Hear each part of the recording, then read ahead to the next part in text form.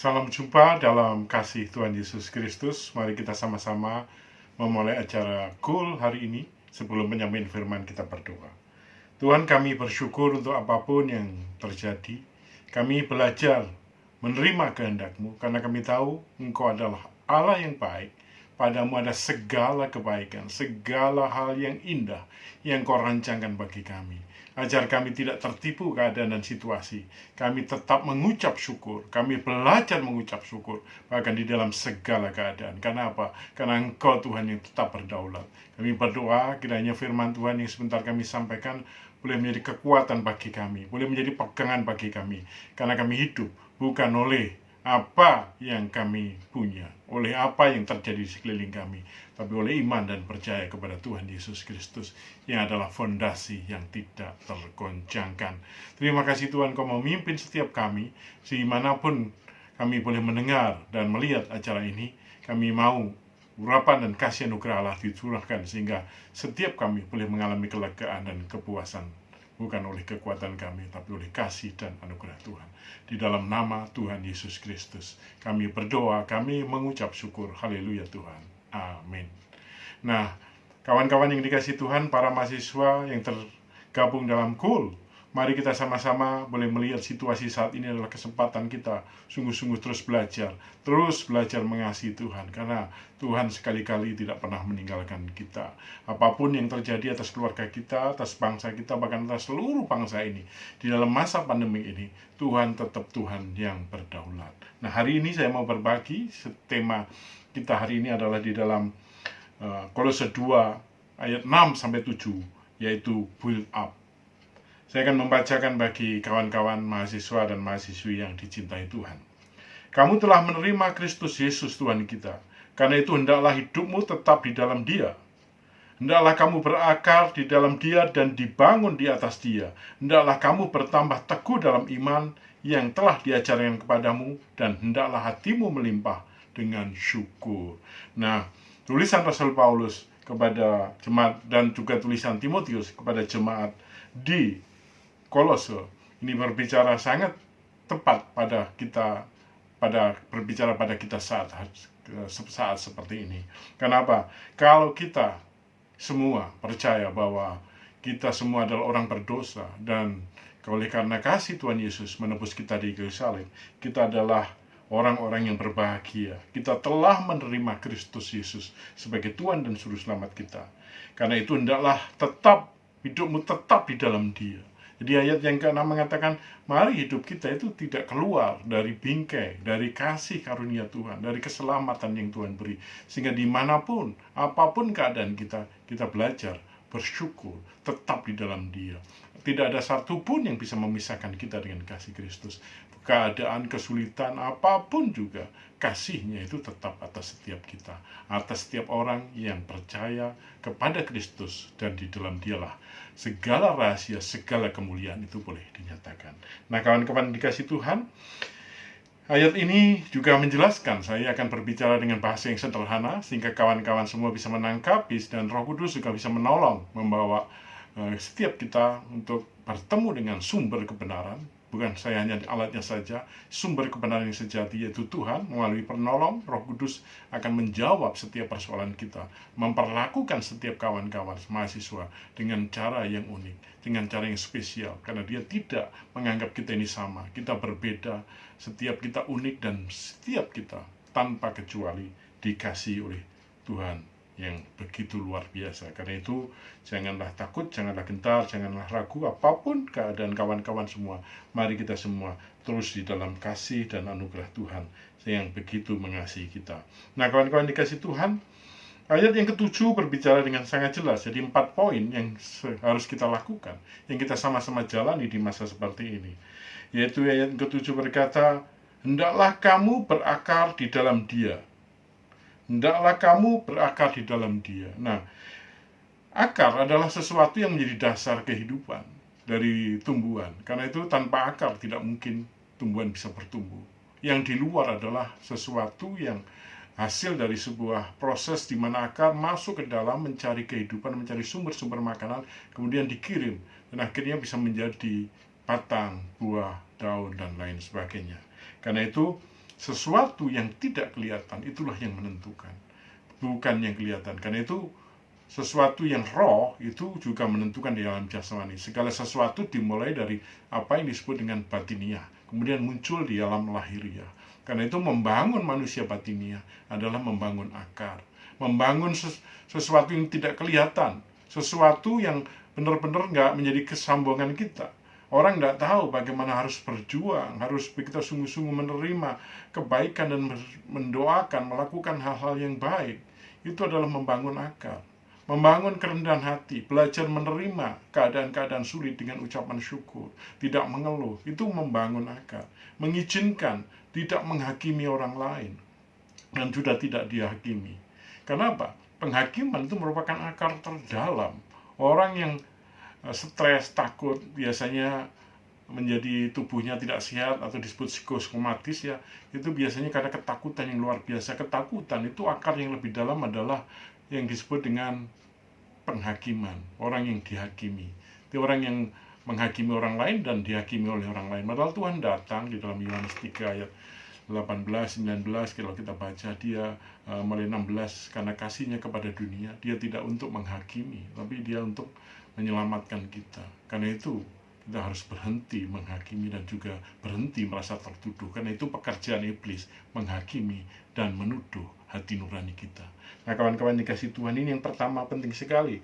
Karena di dalam kitab Samuel dikatakan 1 Samuel 16 ayat 7, tetapi berfirman Tuhan kepada Samuel, janganlah pandang parasnya atau perawakannya yang tinggi, sebab aku telah menolaknya. Bukan yang dilihat manusia, yang dilihat Allah. Manusia melihat apa yang di depan mata, tetapi Tuhan melihat hati.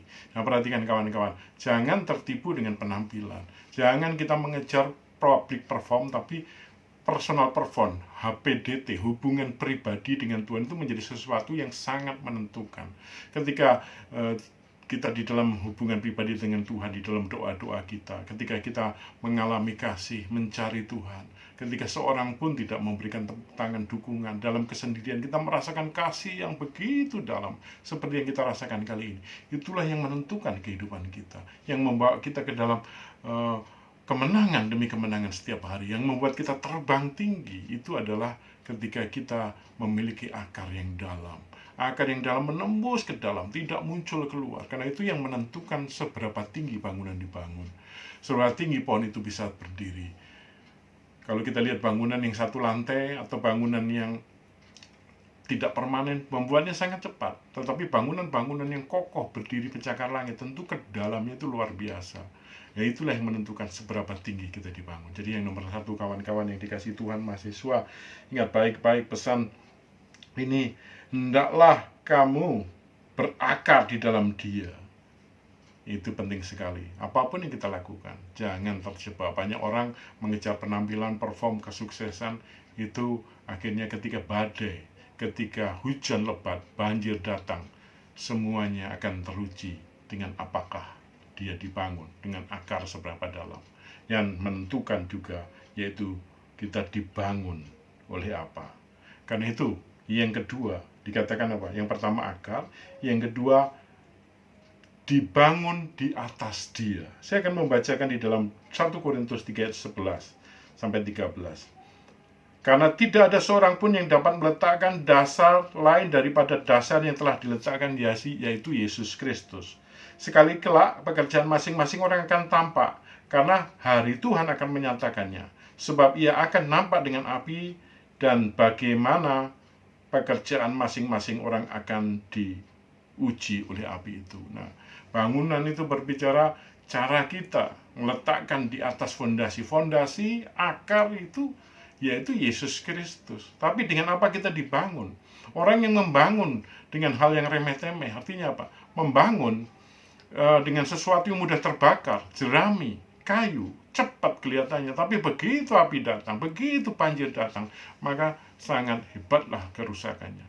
Tetapi orang yang membangun di atas fondasi yang kuat dan di atas dasar Kristus, kemudian dibangun dengan cara benar, dengan batu permata, dengan besi, dengan emas, itu membangun sesuatu yang tidak mudah dirubuhkan, sesuatu yang tidak mudah digoncangkan. Karena itu bangunlah kawan-kawan, diri Anda, diri kawan-kawan semua, jangan hanya membangun dengan remeh-temeh. Nah, membangun yang benar, firman Tuhan berkata, barang siapa mendengar dan melakukan. Artinya kita semua bukan orang-orang yang ahli dalam pengetahuan wacana, tetapi orang yang betul-betul bisa melakukan apa yang kita katakan. Karena itu Yakobus berkata, ketika berbicara tentang iman dan perbuatan, iman kita adalah tindakan kita. Kita tidak boleh hanya berkata, berpengetahuan, tetapi tidak mempunyai tindakan. Tindakan yang sama dengan apa yang kita yakini, menghasilkan sebuah bangunan yang kokoh, menghasilkan bangunan yang dibangun di atas batu karang, yang fondasinya benar, bangunannya benar. Banyak orang fondasinya benar, tapi bangunannya tidak benar, juga akan menghasilkan kerusakan yang hebat. Nah kawan-kawan, di dalam Yesus Kristus itu sudah tepat keputusan yang terbaik. Jadi yang kedua, nextnya adalah membangun. Mari kita bangun diri kita, dengar firman, meneliti dengan baik-baik, kemudian lakukan.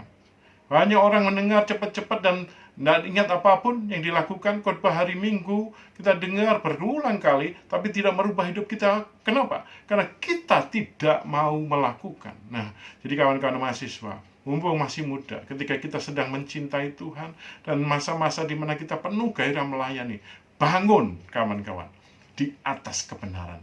Jika benar, katakan ya. Jika tidak, katakan tidak. Jangan ada yang lain. Lebih daripada itu, Matius 5 ayat 37 dikatakan berasal dari yang jahat. Jadi kawan-kawan, engkau boleh aktif di organisasi, engkau boleh melakukan apa saja, silakan. Tapi satu hal yang tidak bisa tidak kita lakukan, yaitu apa? Melakukan apa yang kita katakan dan mengatakan apa yang kita lakukan.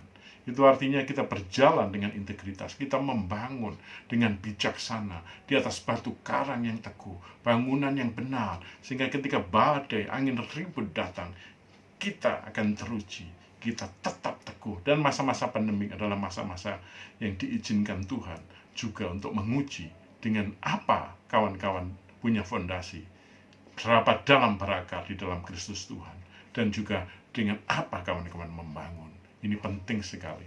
Karena itu saya mengingatkan, jangan hidup dengan munafik, hipokrit. Belajarlah jujur, belajarlah bukan hanya jujur, tapi melakukan tindakan yang benar sekalipun tidak ada orang yang mengawasi, atau integritas. Doing the right thing even though no one watching you. Integritas, karakter berbicara, what are you doing when no one watching you? Itulah sebuah kenyataan kejujuran siapa Anda sesungguhnya ketika tidak ada seorang pun yang melihat, dan Tuhan tetap melihat kawan-kawan semua. Karena itu jangan sampai kita berjalan di dalam kemauan, di dalam kehidupan yang dua dunia, luar biasa di dalam saat ibadah, tetapi hidup di dalam kenyataan tidak menjadi teladan, tidak menjadi sesuatu yang membuat orang lain bisa bersyukur. Nah yang ketiga kawan-kawan yang dikasihi Tuhan, saya sampaikan di dalam ayat ini dengan jelas dikatakan, bertambah teguh dalam iman yang diajarkan kepadamu. Kita tadi yang pertama dan kedua setelah akal dan bangunan mengajarkan kita untuk ya, katakan ya, tidak katakan tidak. Iman berbicara adalah keyakinan di dalam Tuhan. Percaya sekalipun belum melihat. Mengetahui, meyakini akan terjadi sekalipun belum ada dasarnya. Nah itulah iman. Ibrani 11:6 mengatakan segala sesuatu tanpa iman tidak mungkin berkenan kepada Allah. Kalau kita hanya di dalam hidup ini bercerita tentang apa yang terjadi sama kita, kesaksian, testimoni adalah sesuatu yang sedang terjadi, yang pernah kita alami. Itu bagus, tidak salah. Tapi yang menyenangkan hati Tuhan ada yang disebut dengan iman. Iman berbicara belum terjadi tapi engkau yakin. Engkau punya hubungan yang sangat intim sama Tuhan, sehingga hal-hal seperti ini membuat menyenangkan hati Tuhan. Karena tanpa iman tidak boleh menyenangkan hati Tuhan. Nah, kawan-kawan, iman dibangun akan pendengaran firman Tuhan. Memiliki hubungan pribadi dengan Tuhan. Mendengar lebih banyak Tuhan dibandingkan yang lain, itulah yang menghasilkan iman. Ketika kita membaca, merenungkan, dan telinga kita mendengar firman-firman yang sehat dan benar. Banyak firman yang gak sehat, banyak firman yang tidak utuh, yang tidak komprehensif, tetapi firman yang sehat, yang bersumber pada kebenaran, yaitu Alkitab. yang menjadi satu-satunya kekuatan, sumber yang tidak terbantahkan. John Piper mengatakan bahwa tidak ada penghiburan yang sejati di masa-masa seperti ini, kecuali datangnya dari firman Tuhan yang ada di dalam Alkitab. Nah kawan-kawan, saya mengajak kita semua memiliki tahapan yang lebih lagi, punya yang disebut iman. Belajar berkenan kepada Tuhan, belajar mempercayai Tuhan sekalipun belum terjadi. Belajar bahwa hidupan kawan-kawan itu adalah hidupan yang berkenan, yang dibenarkan oleh Tuhan, bukan usaha sendiri. Belajar bahwa kuliah, pilihan, program studi itu adalah sesuatu yang membuat Tuhan izinkan kau pilih. Dan lewat program studi kau akan menjadi teladan, baik di dalam edukasi, pendidikan, nilai-nilai, baik di dalam juga karakter, baik di dalam hubungan dengan teman-teman, baik di dalam menjaga kekudusan pada masa mudamu. Firman Tuhan berkata, janganlah engkau menjadi lupa bahwa engkau adalah teladan. Janganlah engkau menganggap remeh karena engkau muda, tapi hendaklah engkau menjadi teladan di dalam segala tindakanmu, perkataan dan perbuatanmu. Orang-orang muda, engkau adalah teladan. Mahasiswa, engkau adalah teladan. Dimanapun engkau berada, engkau bukan hanya teladan, engkau akan menjadi orang-orang yang diberkati karena Tuhan begitu mengasihi engkau. Tuhan begitu senang dengan masa mudamu, dan masa muda yang begitu indah untuk melayani Tuhan. Karena itu milikilah iman yang sejati di dalam Tuhan. Jangan pernah tinggalkan Tuhan oleh karena jabatan, oleh karena hubungan, oleh karena harus menikah. Karena apa? Tuhan jauh lebih penting dari apapun yang lain. Matius 6 ayat 33 dikatakan dengan sangat jelas, karena itu carilah kerajaan Allah dan kebenarannya, maka semuanya akan ditambahkan kepadamu. Karena itu jangan takut, kita semua harus makin hari-hari ini makin memiliki hubungan yang pribadi dengan Tuhan yang semakin intim. Karena itu dimanapun kita berada, kita tetap dengan iman mencari kerajaan Allah dan kebenarannya, maka semuanya akan ditambahkan kepadamu. Semuanya berarti apa? Tuhan tahu, bahkan dikatakan ayat 22, semua itu dicari bangsa-bangsa yang tidak mengenal Allah, tetapi Bapamu yang di surga tahu bahwa kamu memerlukan semuanya itu. Ayat 33, tetapi carilah dahulu kerajaan Allah dan kebenarannya, maka semuanya itu akan ditambahkan kepadamu. Jadi kawan-kawan, betapa pentingnya kita memiliki iman dan percaya kepada Tuhan dalam segala keadaan. Nah, yang terakhir saya sharingkan adalah melimpah dengan ucapan syukur, ya. Ayat ke-7 tadi dikatakan apa? Hendaklah kamu berakar di dalam Dia, nomor 1, dibangun di atas Dia, nomor 2, hendaklah kamu bertambah teguh dalam iman yang telah diajarkan kepadamu, bukan iman yang lain. Dan yang terakhir, hendaklah hatimu melimpah dengan syukur. Nah, syukur dan kebahagiaan yang di dalam Tuhan itu datangnya dari dalam mengalir keluar. Jangan pernah izinkan situasi keadaan luar membuat engkau tidak mengucap syukur, membuat engkau gelisah dan cemas. Rasa ucapan syukurmu ditentukan oleh situasi. Mungkin kalau nilaimu bagus, engkau bersyukur, tetapi kalau nilaimu jelek, engkau mulai menggerutu, engkau mulai marah. Nah, itu kita ditentukan oleh nilai. Kalau berhubunganmu dengan teman-teman baik, engkau bersyukur enggak? Bersyukur yang ada di dalam apapun yang terjadi, belajar mengerti. Ini diizinkan Tuhan. Ini diizinkan untuk membentuk kita. Karena itu jangan izinkan situasi. Nah, itu disebut orang yang mengerti ini adalah mengerti identitas dia di dalam Tuhan.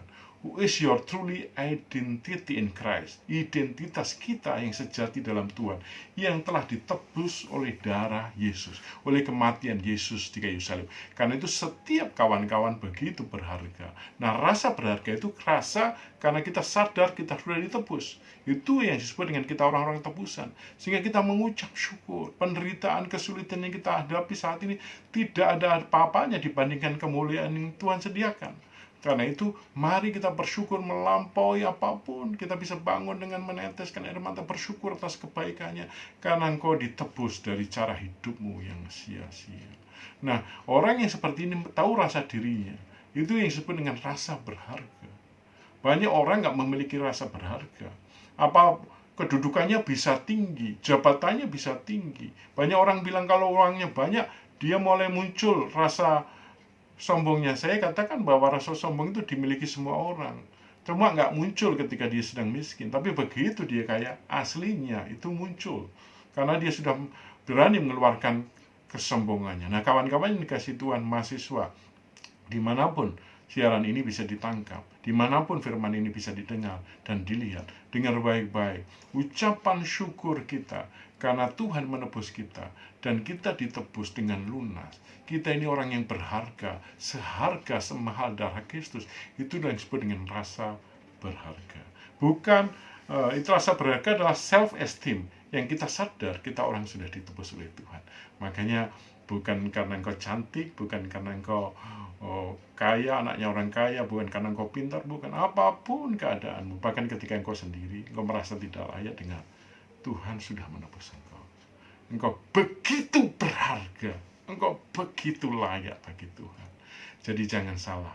Banyak orang salah melihat rasa berharganya. Yang dia punya adalah yang disebut dengan self-confident. Itu rasa percaya diri. Orang percaya diri karena orang itu menyanyi karena dia ahli menyanyi. Sehingga ketika dia juara menyanyi di mana-mana, disuruh menyanyi, dia percaya diri. Itu confidence.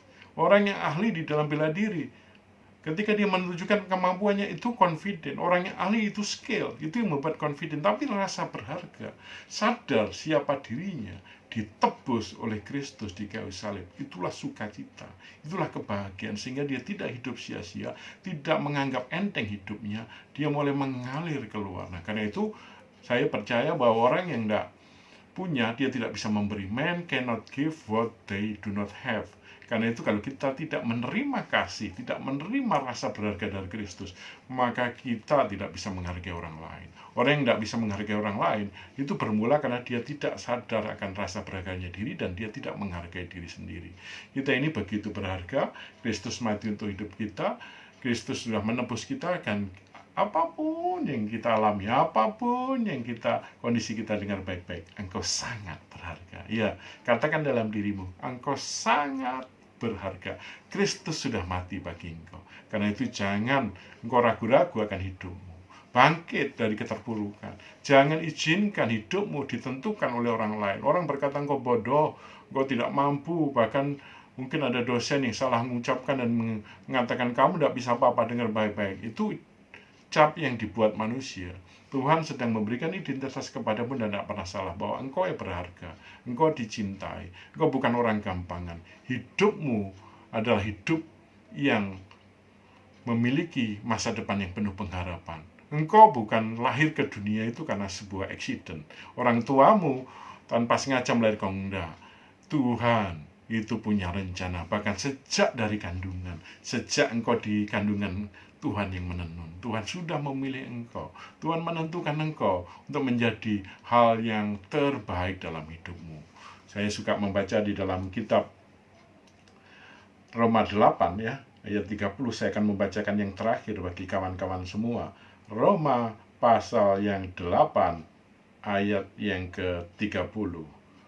Dan mereka ini, dan kawan-kawan mahasiswa yang dikasihi Tuhan, ditentukannya dari semula. Mereka juga dipanggilnya. Dan mereka yang dipanggilnya, mereka juga itu juga dibenarkannya. Dan mereka yang dibenarkannya, mereka itu juga yang dimuliakannya. Jadi kawan-kawan yang dikasihi Tuhan, kitab Mazmur 8, Daud menulis, siapa sih manusia sehingga engkau begitu memuliakan dia. Little lower than God. Segala kemuliaan kita dilahirkan itu sudah melekat, dibenarkan dan dimuliakan di dalam Kristus Yesus. Karena itu jangan izinkan iblis menuduhmu, jangan izinkan situasi merubah gambaran siapa dirimu. Tuhan Yesus begitu peduli. Engkau sudah ditentukan sejak awal. Katakan pada dirimu, engkau dikasih Tuhan, engkau dicintai Tuhan. Padamu ada masa depan, padamu ada pengharapan yang tidak pernah berhenti. Karena itu kawan-kawan, dengar baik-baik. Mari kita semua datang kepada Tuhan. Mari kita semua bersyukur. Jangan ragu-ragu akan hidupmu. Firman Tuhan hari ini mengajarkan 4 hal. Engkau hendaklah berakal dalam, kemudian engkau dibangun, dan terus kuatkan di dalam iman dengan ucapan syukur. Begitu indah, begitu berbahagia. Pada saat kesempatan ini, mari kita semua boleh datang kepada Tuhan. Mari kita semua mendengarkan Tuhan bicara kepada setiap kita melalui hati nurani, melalui firman Tuhan yang kita baca. Rasakan kasih dan anugerahnya. Ya benar, engkau dicintai, engkau dikasihi. Siapapun engkau, apapun keadaanmu, apapun persoalan yang engkau hadapi, jangan melakukan hal yang sia-sia. Engkau dicintai, padamu ada segala kebaikan dan keindahan Tuhan. Padamu ada segala rencana yang baik dari Tuhan. Karena itu bangkitlah, beryakinlah di dalam iman dan percaya kepada Kristus Yesus.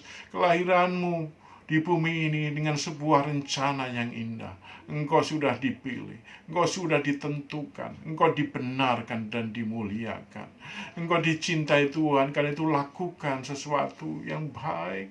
Lakukan sesuatu yang benar-benar bisa membuat engkau sadar bahwa kasih-Nya itu besar. Dan engkau bukan berhutang kepada Yesus Kristus yang sudah menebusmu dengan lunas, tetapi kepada orang lain yang belum mengenal, yang harus engkau katakan kabar baik, bukan dengan memaksa, tapi dengan hidup. Ceritakan kabar baik, karena hidupmu adalah tulisan Kristus yang terbuka. Hamba-Mu berdoa demi kasih Tuhan Yesus Kristus. Turunlah segala kebaikan Tuhan, turunlah segala kasih dan anugerah kepada setiap komite pengurus, ke setiap anak-anak-Mu yang melihat acara ini, dimanapun mereka berada. Rasakan kasih dan kebaikan Tuhan, rasakan penyertaannya senantiasa. Rasakan sungguh Dia sangat peduli atas hidupmu. Dia datang, Dia memeluk engkau, Dia mencintai engkau. Terima kasih Tuhan Yesus, terima kasih. Kami percaya janji-Mu yang ya dan amin. Kami percaya Tuhan sekali-sekali tidak pernah meninggalkan Engkau, meninggalkan kami Tuhan. Sekali-kali Engkau tidak pernah meninggalkan kami. Kami percaya janji-Mu itu Tuhan. Terima kasih Tuhan Yesus. Tuhan, Engkau adalah gembalaku, takkan kekurangan aku. Engkau membaringkan aku di padang rumput hijau. Engkau membimbing aku ke air yang tenang. Engkau membimbing setiap kami ke air yang tenang. Engkau menyegarkan jiwa setiap mahasiswa kami yang ada di KUL. Engkau menuntun di jalan yang benar oleh karena namanya. Bahkan sekalipun kami berjalan dalam lembah kekelaman, kami tidak takut bahaya, sebab Engkau bersertaku. Gadamu dan tongkatmu itulah yang menghibur aku. Engkau menyediakan hidangan bagiku di depan lawanku. Engkau mengurapi kepalaku dengan minyak.